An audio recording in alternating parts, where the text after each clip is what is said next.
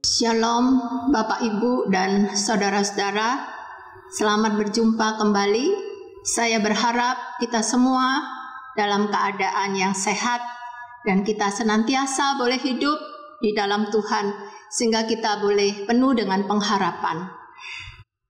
Ayat Alkitab yang akan menjadi dasar untuk ibadah kita hari ini terambil dari Roma pasalnya yang ke-8 ayat 1 sampai ayatnya yang kedua. Demikianlah sekarang tidak ada penghukuman bagi mereka yang ada di dalam Kristus Yesus. Roh yang memberi hidup telah memerdekakan kamu dalam Kristus dari hukum dosa dan maut. Mari kita akan mempersiapkan hati kita untuk kita boleh memulai ibadah ini. Kita boleh minta akan pimpinan dan pertolongan daripada Tuhan. Ibadah ini kita mulai dengan satu keyakinan bahwa pertolongan kita datangnya dari Tuhan yang menciptakan langit dan bumi. Allah yang tetap setia untuk selama-lamanya dan yang tidak pernah meninggalkan perbuatan tangannya. Turunlah atas kita sekalian berkat yang datangnya dari Allah Bapa, Allah Anak, dan Allah Roh Kudus. Amin. Mari kita akan bersama-sama memuji Tuhan. Nobatkanlah Raja, KPPK nomor 10. Yesus adalah Sang Pemberi anugerah. Dia yang telah menang atas kuasa maut dan kita boleh menerima hidup kekalnya.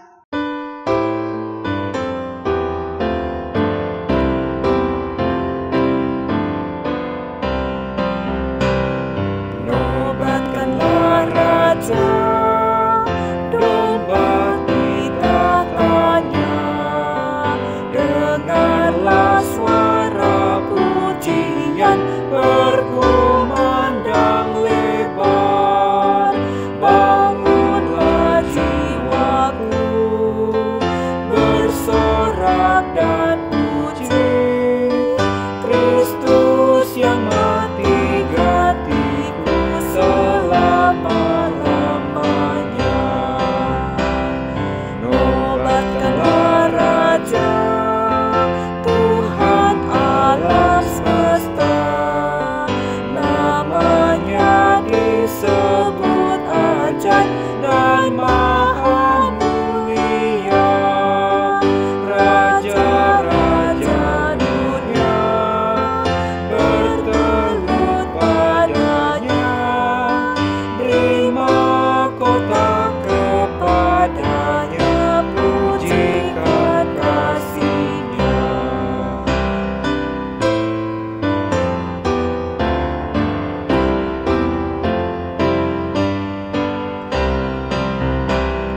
Nobatkanlah Raja, Raja segala raja. Dialah Sang Maha Pencipta, bertahta di sorga. Puji Dia penebus yang mati bagiku. Puji dan memuliakannya selama-lamanya.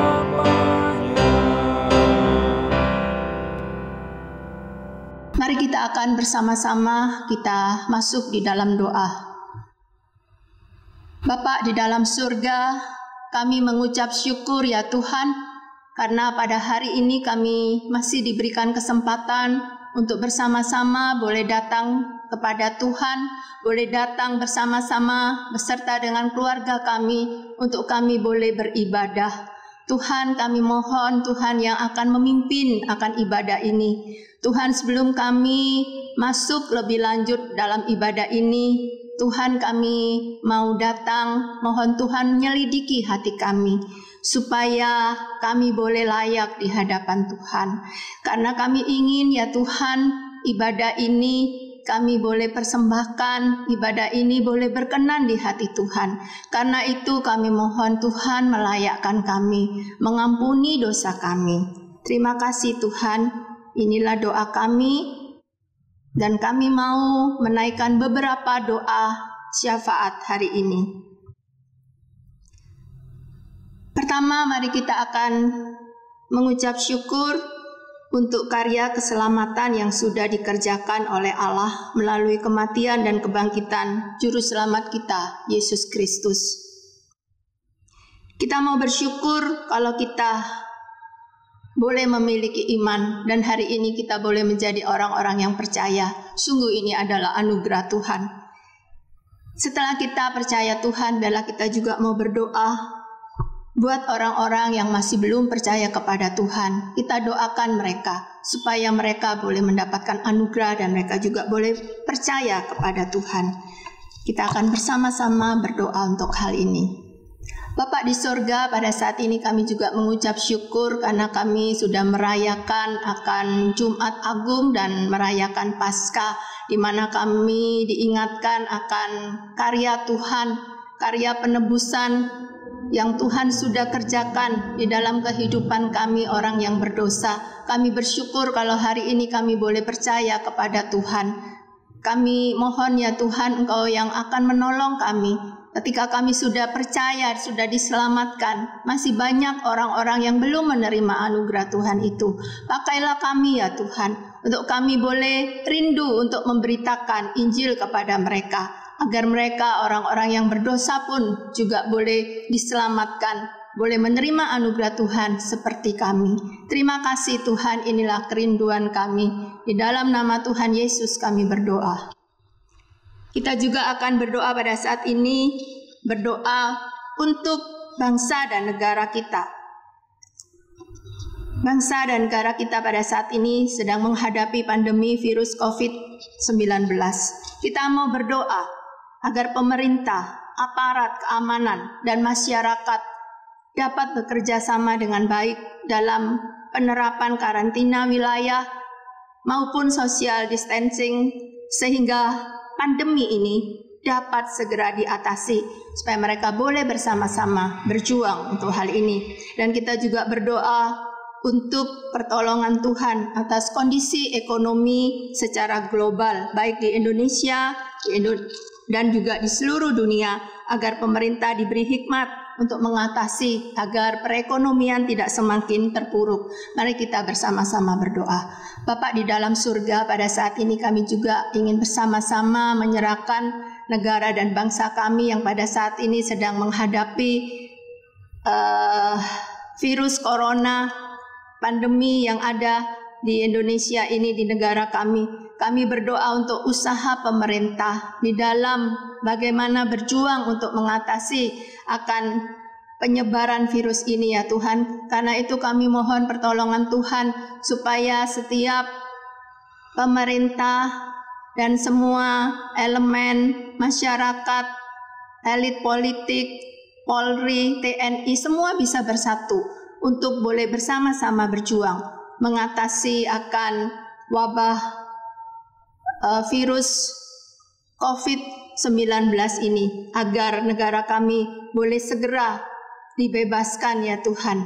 Kami juga berdoa untuk dampak yang diakibatkan karena adanya krisis virus ini. Tuhan, perekonomian yang ada pada saat ini, baik secara global maupun di Indonesia, kami mohon Tuhan, pertolongan Tuhan, agar Tuhan memberikan hikmat kepada orang-orang yang seharusnya memikirkan bagian ini, supaya perekonomian yang ada di Indonesia baik secara global juga tidak semakin terpuruk, dan Tuhan yang menolong supaya boleh segera dipulihkan.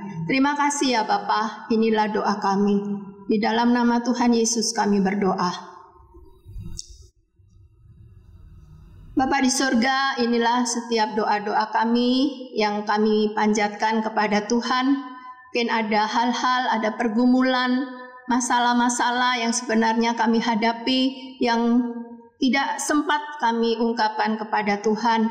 Tuhan, Engkau yang mengetahui semua setiap pergumulan kami. Kami mohon Tuhan, Engkau yang terus memberikan kekuatan kepada kami di dalam setiap musim kehidupan kami.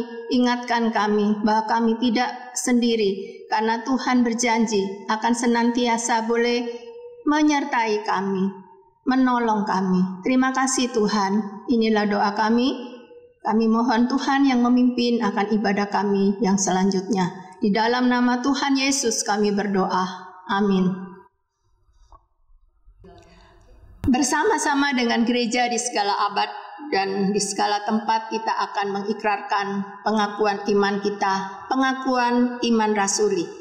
Aku percaya kepada Allah Bapa yang Maha Kuasa, Khalik langit dan bumi, dan kepada Yesus Kristus anaknya yang tunggal Tuhan kita, yang dikandung daripada Roh Kudus, lahir dari anak darah Maria, yang menderita di bawah pemerintahan Pontius Pilatus, disalibkan, mati, dan dikuburkan, turun ke dalam kerajaan maut. Pada hari yang ketiga, bangkit pula dari antara orang mati, naik ke surga, duduk di sebelah kanan Allah, Bapa yang Maha Kuasa, dan akan datang dari sana untuk menghakimi orang yang hidup dan yang mati. Aku percaya kepada Roh Kudus, gereja yang kudus dan am, persekutuan orang kudus, pengampunan dosa, kebangkitan tubuh, dan hidup yang kekal. Amin. Jemaat sekalian, Kristus dengan kasih-Nya yang besar telah menebus dosa kita. Dan sekarang kita boleh menjadi anak-anak-Nya. Kita boleh menjadi milik-Nya. Dan dikatakan bahwa kasih-Nya itu adalah kasih yang kekal. Kasih-Nya tidak akan berakhir. Dan tidak akan ada kuasa apapun yang bisa memisahkan kita dari kasih-Nya. Pujian KPPK 179. Kini ku milik Yesus. Kita akan menyanyikan baitnya yang pertama dan yang ketiga saja.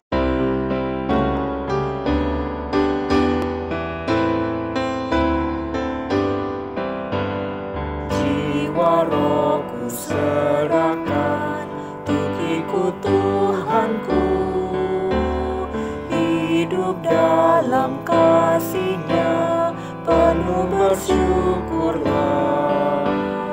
Tuhan Maha Setia, patut ku pujilah, setia melayani taat perintah-Nya. Kasih Tuhan selamatkanku, dengan kasih besar-Nya selamatkanku. Kasih Tuhan selamatkanku, dengan kasih besar-Nya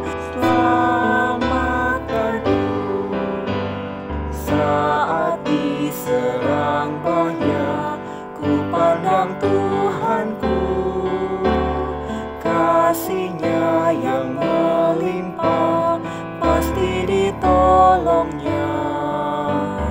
Tuhan Maha Penguasa, ombak pun taatlah, Ya selamatkanku tak binasa. Kasih Tuhan selamatkanku, dengan kasih besar-Nya selamatkanku.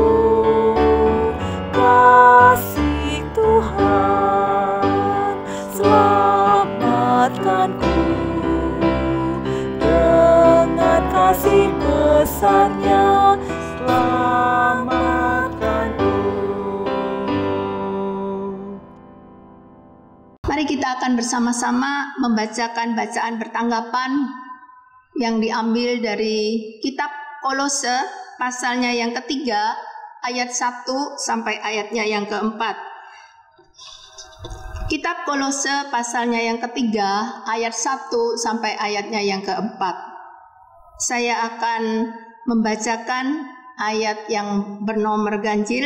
Silakan jemaat sekalian membaca ayat bernomor genap. Kolose pasal 3 ayat 1 sampai 4.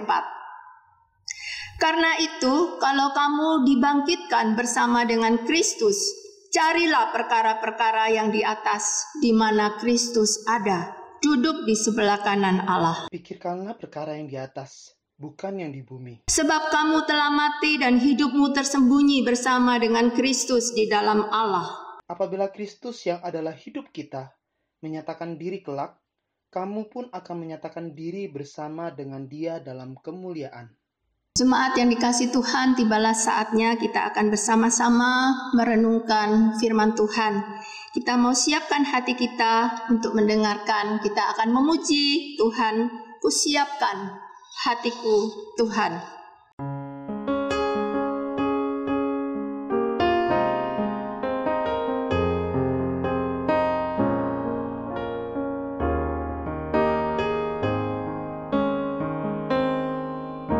Siapkan hatiku Tuhan untuk dengar firman-Mu saat ini.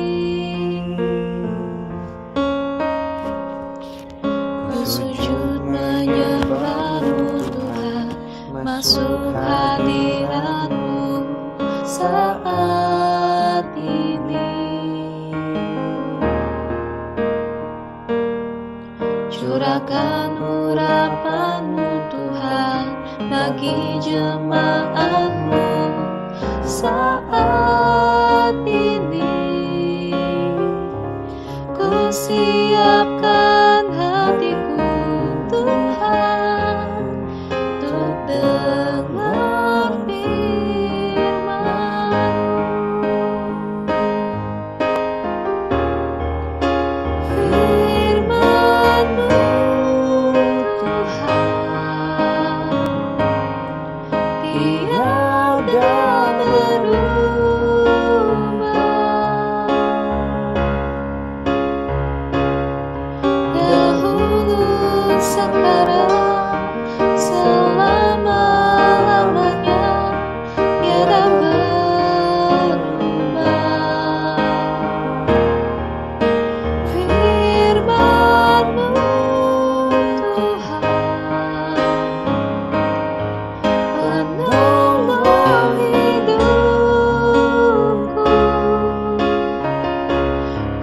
siapkan hatiku Tuhan untuk dengar firman-Mu.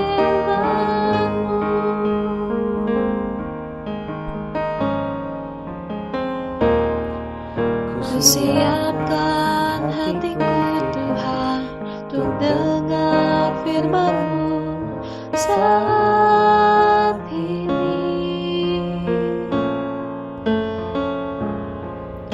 Sujud menyembah-Mu Tuhan, masuk hadirat-Mu saat ini.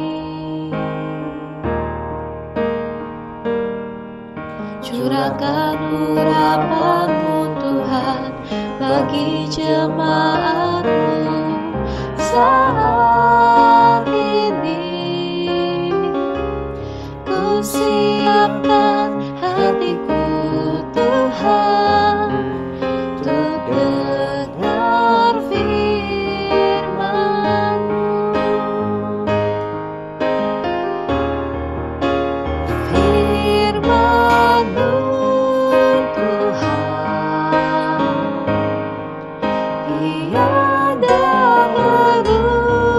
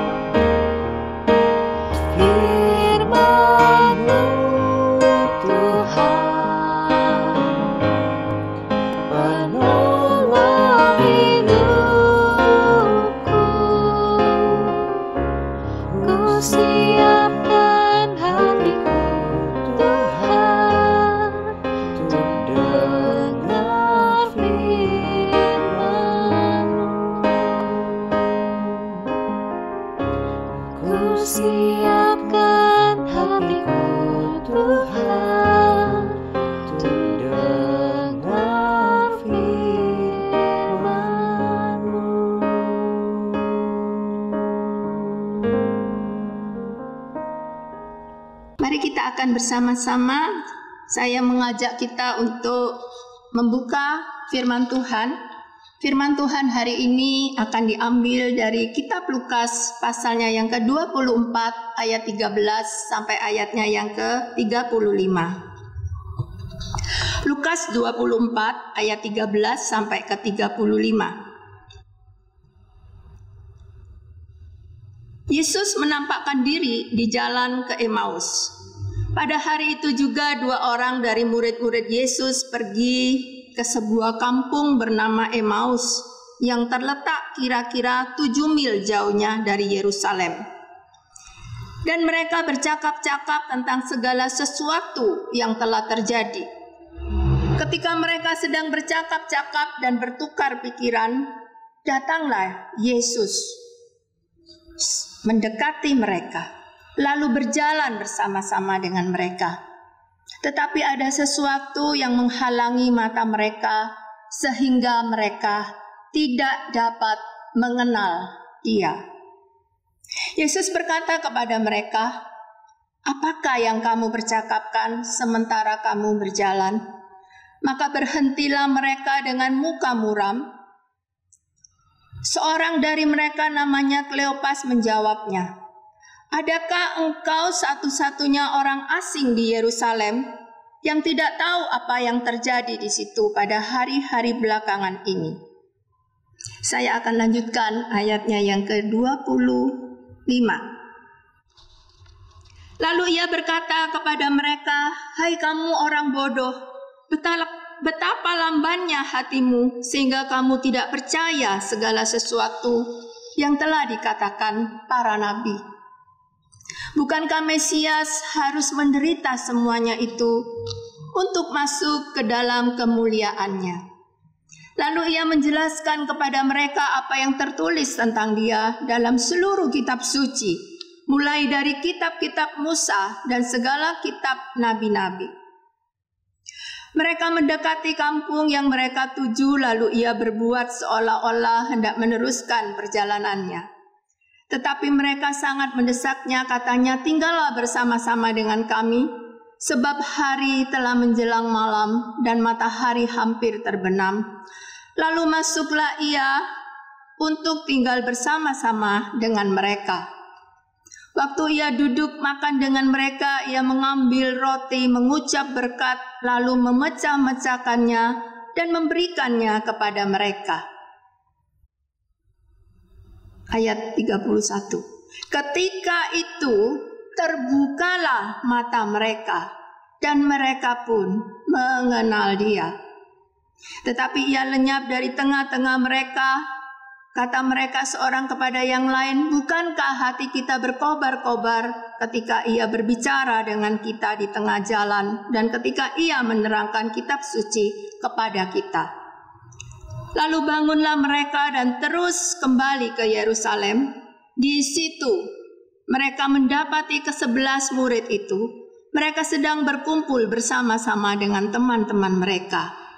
Kata mereka itu, "Sesungguhnya Tuhan telah bangkit dan telah menampakkan diri kepada Simon." Lalu kedua orang itu pun menceritakan apa yang terjadi di tengah jalan dan bagaimana mereka mengenal Dia pada waktu ia memecah-mecahkan roti. Mari kita akan bersama-sama berdoa. Bapa di dalam surga, kami sudah membaca firman-Mu dan sekarang kami ingin bersama-sama merenungkan dan memikirkannya. Kami mohon Tuhan melalui Allah Roh Kudus memberikan kepada kami hikmat dan pengertian untuk kami boleh mengerti firman Tuhan ini dan berikan kesiapan kepada kami memiliki hati seperti seorang murid yang mau belajar, yang mau terus diingatkan oleh Tuhan, yang terus mau ditolong oleh Tuhan untuk kami bisa hidup menjadi anak-anak Tuhan yang boleh melakukan firman Tuhan di dalam hidup kami ini, Tuhan. Terima kasih Bapa di surga, dalam nama Tuhan Yesus kami berdoa. Amin. Bapak, Ibu, saudara-saudara yang dikasihi Tuhan, kita mengucap syukur kalau pada minggu yang lalu kita boleh merayakan Paskah. Meskipun kita merayakan di rumah kita masing-masing, di tengah-tengah kondisi yang sulit karena adanya wabah virus corona. Tapi saya berharap makna Paskah boleh tetap ada di dalam hati kita semua. Kita boleh bersuka cita, kita boleh memiliki pengharapan di dalam Tuhan. Kita mau terus berharap, saudara, kita mau terus semangat dalam kita mengiring Tuhan Yesus di dalam hidup kita. Amin, saudara. Firman Tuhan yang baru kita baca adalah salah satu dari kisah yang terjadi di sekitar Paskah, yaitu tentang 2 orang murid Tuhan. Mereka dikatakan pada hari Paskah itu, 2 murid ini sedang menuju perjalanan ke Emmaus. Saudara, Emmaus adalah sebuah kampung. Dari Yerusalem ke Emmaus itu kira-kira jaraknya 7 mil. Atau kurang lebih 11 kilometer. Kalau mau ditempuh dengan berjalan kira-kira 2 jam. Mari kita perhatikan, saudara. Mengapa pada hari Yesus bangkit, kedua murid ini memutuskan untuk pergi ke sebuah kampung? Apakah karena mereka ingin memberitakan tentang berita kebangkitan Tuhan Yesus? Apakah mereka merasa bersuka cita, saudara-saudara? Ternyata tidak.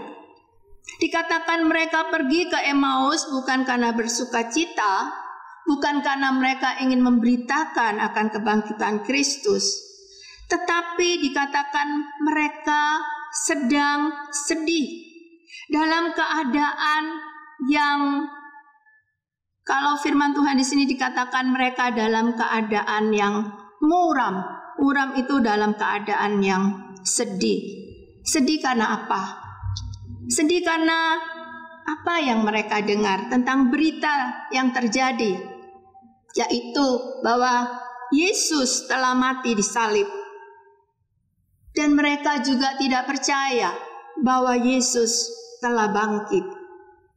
Dalam perjalanan mereka menuju ke Emmaus, kedua orang murid itu bercakap-cakap. Mereka berdiskusi dengan serius tentang Yesus yang telah disalibkan dan mati. Saudara, hati mereka penuh dengan ketidakmengertian.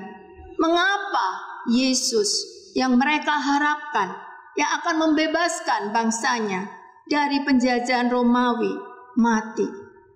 Bukankah Yesus adalah seorang nabi berkuasa dalam perkataan, dalam perbuatan? Tetapi mengapa Yesus harus diserahkan oleh para imam-imam dan pemimpin-pemimpin Yahudi dan disalibkan?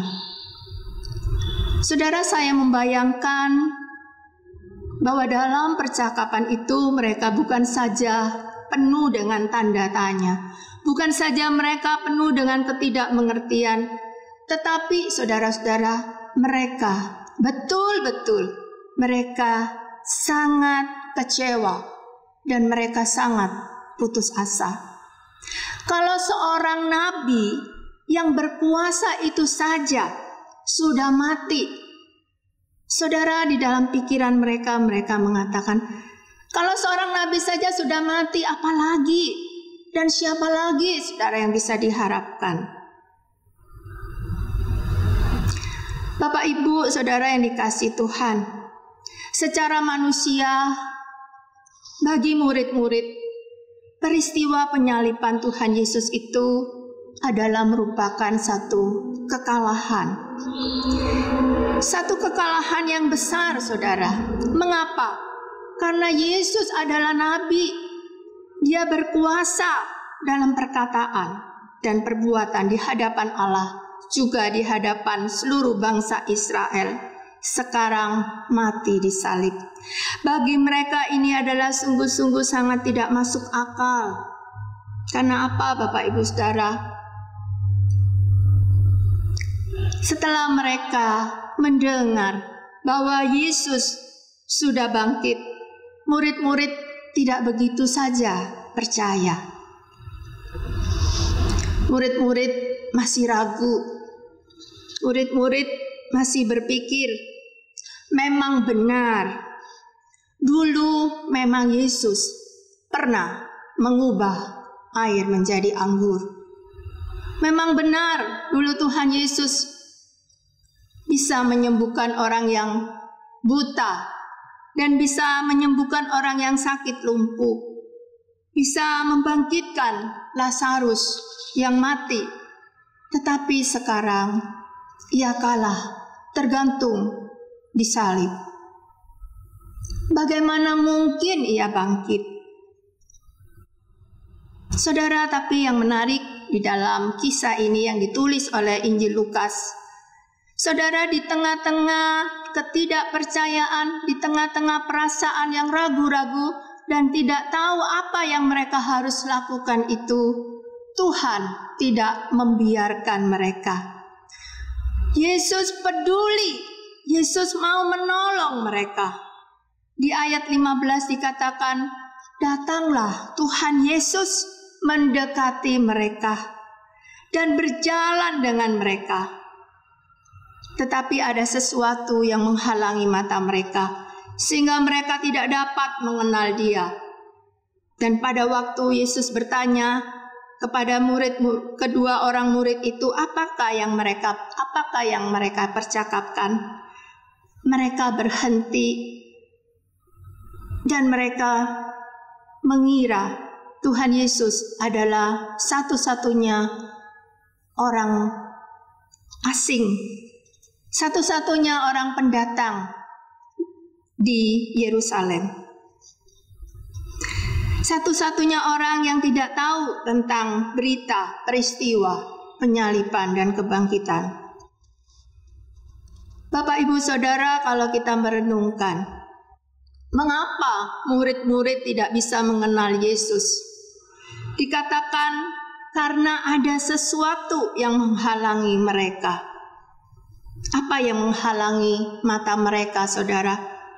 Yang pertama, yaitu tentunya adalah rasa sedih, rasa kecewa, putus asa yang menyelimuti mereka.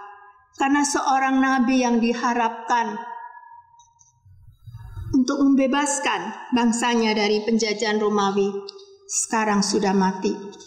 Kedua, saudara, karena tidak ada di dalam pikiran mereka bahwa Yesus telah bangkit. Sehingga apa yang terjadi? Ketika Tuhan Yesus bangkit pun, mereka masih hidup di dalam keputusasaan dan kekecewaan. Kemudian, saudara, apa yang dikatakan oleh Tuhan Yesus? Yesus berkata, menegur mereka, "Hai kamu orang bodoh, betapa lambannya hatimu sehingga engkau tidak percaya segala sesuatu yang telah dikatakan para nabi. Bukankah Mesias harus menderita semuanya itu untuk masuk ke dalam kemuliaannya?" Saudara, mengapa Yesus mengatakan mereka orang bodoh? Mereka orang yang lamban hatinya, sehingga mereka tidak percaya segala sesuatu yang telah dikatakan oleh para nabi. Saudara, kalau kita melihat perikop ini sebelumnya, sebenarnya murid ini dia sudah pernah mendengar apa yang Yesus katakan. Tuhan Yesus pernah berkata kepada mereka bahwa Tuhan Yesus akan bangkit pada hari yang ketiga. Dan yang kedua, saudara, murid-murid para perempuan juga sudah pernah mengatakan bahwa Yesus sudah bangkit. Itu sebabnya Tuhan Yesus berkata kepada mereka, "Hai orang bodoh dan lamban." Saudara, Tuhan Yesus pernah mengatakan, tetapi murid-murid tidak pernah memperhatikan apa yang dikatakan oleh Tuhan Yesus. Saudara, bukankah hal ini seperti kita? Kadang-kadang kita mendengar firman Tuhan, tetapi kita tidak mendengarkan apa yang dikatakan, tidak menyimak, saudara. Kadang-kadang kita sudah tahu, tetapi kita tidak melakukan. Karena itu Tuhan Yesus berkata kepada mereka, mereka bodoh, betapa lambannya hatimu, sehingga kamu tidak percaya. Saudara, di dalam Alkitab, orang bodoh, siapakah orang bodoh itu? Saudara, Alkitab menjelaskan bahwa orang bodoh itu adalah orang yang tidak membiarkan firman Tuhan menguasai dirinya, dan tidak membiarkan firman Tuhan mengendalikan kehidupannya. Orang tersebut meskipun tahu firman Tuhan, meskipun mereka mendengar firman Tuhan, tetapi mereka mendasarkan hidupnya kepada pengertiannya sendiri. Mereka mengandalkan pikiran dan pengertian sendiri. Tidak heran kalau di dalam Amsal dikatakan, Amsal 3 ayatnya yang ke-5. Percayalah kepada Tuhan dengan segenap hatimu, dan janganlah bersandar kepada pengertianmu sendiri. Saudara-saudara, kalau kita melihat cerita ini, murid-murid sudah baca, murid-murid sudah mendengar, tetapi tidak percaya. Murid memahami Yesus dengan pemikiran mereka sendiri, tetapi bukan berdasarkan kitab suci. Karena itu di ayat 27, Yesus menjelaskan tentang kitab suci dan apa yang dikatakan tentang dirinya. Saudara, sampai di sini firman Tuhan ini mengingatkan kita betapa pentingnya kita belajar firman Tuhan. Betapa pentingnya kita membaca firman Tuhan. Mengapa, saudara? Karena kalau tidak, kita akan memahami Yesus dengan keliru, tidak sesuai dengan kitab suci. Bukankah banyak orang yang sudah lama menjadi orang Kristen, tetapi mereka masih memiliki pemahaman yang keliru? Mereka memiliki pemikiran tentang Yesus dengan pemikiran mereka sendiri. Persis sama seperti apa yang dialami oleh murid-murid ketika berjalan ke Emmaus. Banyak orang Kristen mengenal Yesus hanya sebagai pembebas secara politis, yang membebaskan bangsanya dari penjajahan manusia, penjajahan Romawi. Fokus mereka adalah kepada fisik, kepada materi. Tuhan Yesus yang hanya memberikan berkat, Tuhan Yesus yang hanya melakukan mujizat.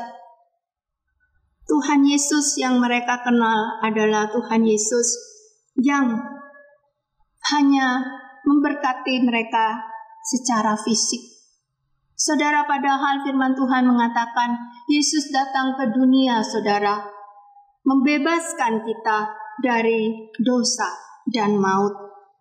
Tuhan Yesus datang membebaskan kita, untuk mengampuni kita, membebaskan kita dari kuasa, belenggu, dosa, dan iblis.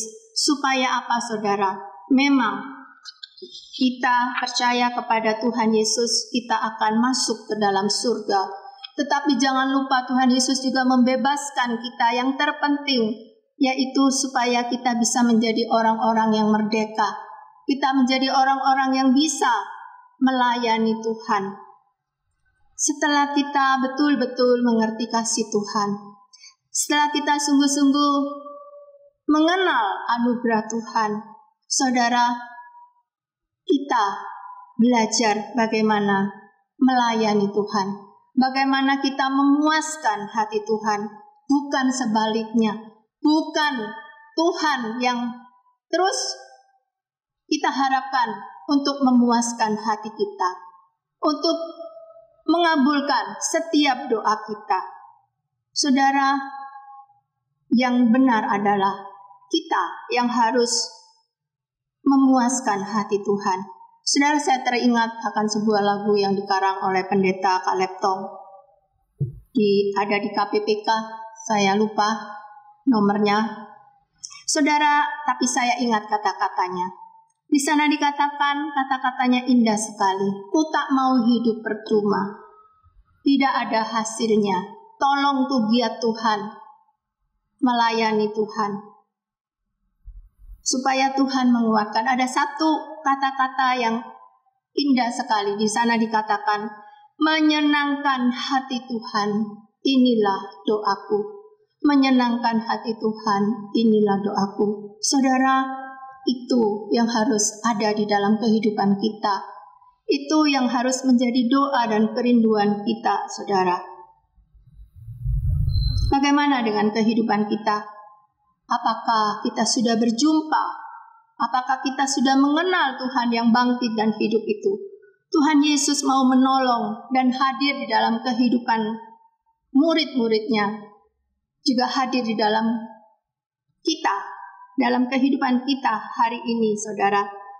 Tuhan ingin supaya kita tidak lagi hidup di dalam kekecewaan. Tuhan ingin kita tidak lagi hidup di dalam kesedihan, keputusasaan, ketakutan. Tuhan Yesus mau menolong kita agar kita boleh makin hari makin mengenal Dia. Makin hari kita makin percaya kepada Tuhan. Tuhan Yesus mau menyatakan diri kepada saudara dan saya. Tetapi bukan secara jasmani, tetapi secara rohani. Melalui apa, saudara-saudara? Yaitu melalui firman Tuhan yang kita baca dan yang kita renungkan dan yang kita usahakan untuk melakukan.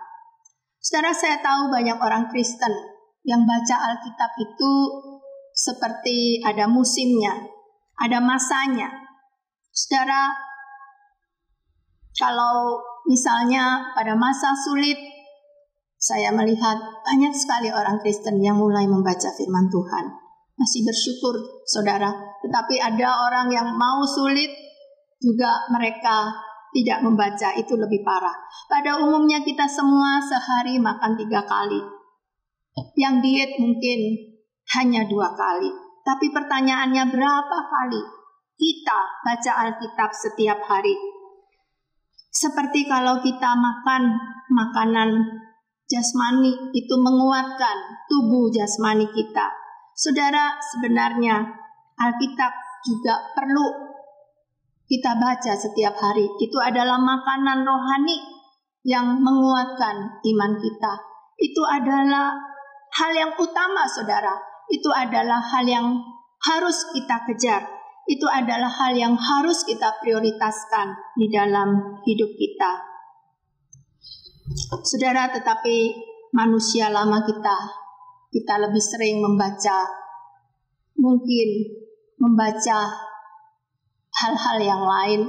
Kalau kita lihat di medsos, di WA biasanya, saudara ya, kalau ada berita-berita yang kita belum jelas sumbernya, saudara, biasanya cepat sekali mereka memforwardkan.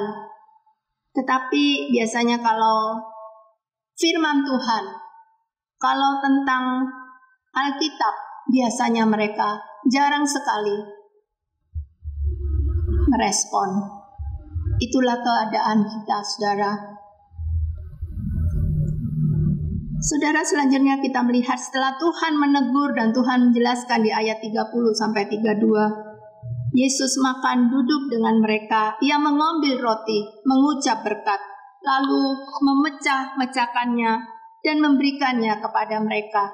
Ayat 31 dikatakan, ketika itu terbukalah mata mereka dan mereka pun mengenal Dia, tetapi Ia lenyap dari tengah-tengah mereka. Pada waktu Tuhan Yesus memecahkan roti dan membagikan kepada mereka, membuat murid-murid terbuka matanya. Dan di saat inilah murid-murid melihat Yesus dengan jelas. Mereka melihat Yesus yang bangkit dan yang telah hidup kembali. Dan apa yang terjadi, saudara-saudara? Dikatakan pada saat itu juga mereka melakukan perjalanan kembali ke Yerusalem. Untuk apa? Untuk pergi melayani Tuhan, untuk menceritakan tentang Tuhan Yesus yang telah bangkit. Sebelum murid berjumpa dengan Yesus yang bangkit, saudara, mereka masih hidup di dalam kekecewaan, keputusasaan. Saudara, sebelum mereka berjumpa dengan Yesus yang bangkit, mereka tidak mempunyai kerinduan untuk menceritakan tentang kebangkitan Tuhan Yesus. Saudara, perjumpaan dengan Tuhan Yesus akan mengubahkan kehidupan murid-murid dan juga mengubahkan hidup kita. Kita lihat sangat indah sekali, saudara-saudara. Mereka dikatakan ketika mereka berjumpa, mereka belum banyak belajar bagaimana menginjili, bagaimana melayani, tetapi hati mereka setelah berjumpa Tuhan Yesus, mereka punya hati yang berkobar-kobar. Mereka tidak bisa menunda lagi. Pada saat itu, saudara, bagaimana dengan kita? Bukankah kita seringkali menunda waktu untuk kita melayani Tuhan? Tetapi murid-murid di sini diceritakan mereka saat itu juga. Saudara yang dikasihi Tuhan, melalui kebenaran ini, bagaimana keadaan saudara hari ini di hadapan Tuhan? Apakah kita sudah berjumpa dengan Tuhan Yesus?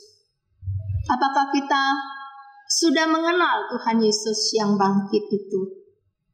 Kalau iya, saudara, yang pertama, hidup kita pasti penuh dengan sukacita di dalam Tuhan. Walaupun saudara, mungkin kita mengalami berbagai macam kesulitan dan juga penuh dengan pengharapan. Yang kedua, kita hidup dengan penuh keyakinan bahwa Tuhan yang bangkit itu ada bersama-sama dengan kita dan penuh dengan kuasa, sehingga kita tidak takut. Tidak ada kuasa apapun yang lebih besar daripada kuasa Tuhan Yesus. Saudara, termasuk ketika kita hidup di tengah-tengah kesulitan pada saat ini menghadapi virus corona, saudara, kita tidak perlu takut. Tuhan Yesus sudah mengalahkan dosa. Tuhan Yesus sudah mengalahkan maut itu. Saudara, kita aman di dalam tangan Tuhan. Yang ketiga, kalau kita sudah berjumpa dengan Yesus, kita akan seperti murid-murid. Kita memiliki kerinduan dan penuh sukacita memberitakan Kristus untuk melayani Tuhan dengan apa yang bisa saudara dan saya berikan.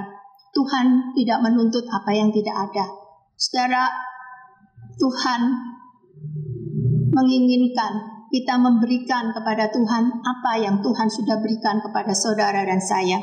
Saya percaya setiap orang percaya, paling tidak ada satu talenta yang Tuhan sudah berikan untuk kita bisa melayani Tuhan.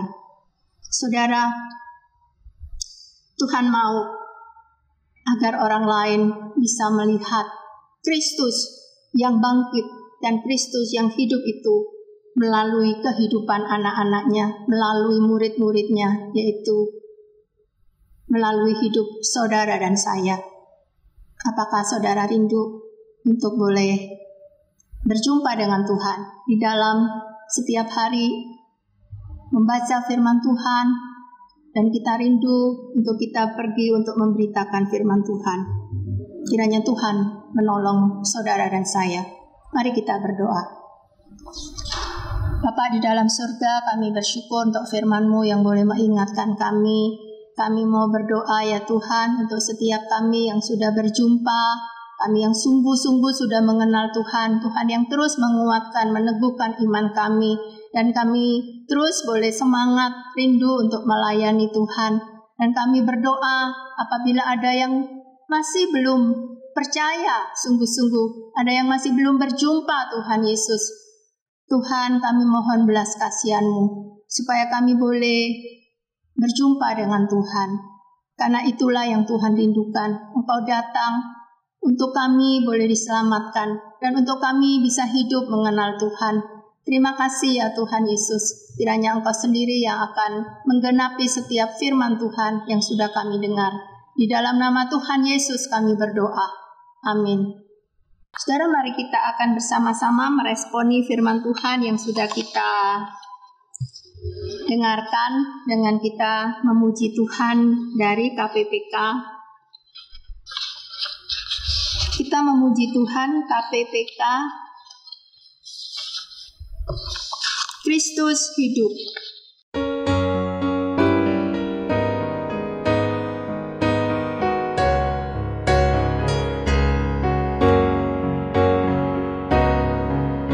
Kulayani Tuhanku, kini ku di dunia. Ku tahu Ia tetap hidup selama-lamanya. Rahmat-Nya ku alami, suara-Nya ku dengar. Tiap ku memerlukannya, Ia mendengar. Kristus hidup, kini tetap hidup. Ia dekatku, Ia sertaku, jalan yang ku tempuh. Kristus hidup, ku memasyurkannya. Kau bertanya, Ia hidupkah? Benar, Kristus hidup. Umat Tuhan nyanyilah, bersorak memuji, menyanyi haleluya bagi Kristus Raja. Tuhan pengharapanku dan kekuatanku, tak seorang seindah Dia penuh kasih. Kristus hidup, kini tetap hidup. Ia dekatku, Ia sertaku, jalan yang ku tempuh. Kristus hidup, ku memasyurkannya. Kau bertanya, Ia hidupkah? Benar, Kristus hidup. Kita akan mengakhiri ibadah hari ini, doksologi dan doa berkat.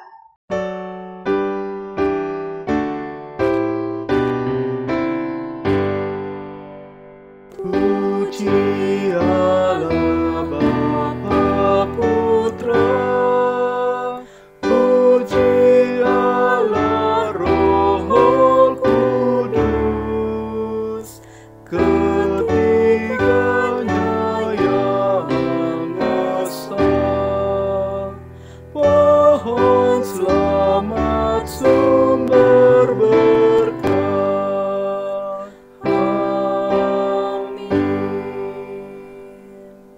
Jemaat yang dikasihi Tuhan, mari kita akan menerima berkat buat kita sekalian. Tuhan memberkati kita dan melindungi kita. Tuhan menyinari kita dengan wajah-Nya dan memberi kita kasih karunia. Tuhan menghadapkan wajah-Nya kepada kita dan memberi kita damai sejahtera dari sekarang sampai selama-lamanya.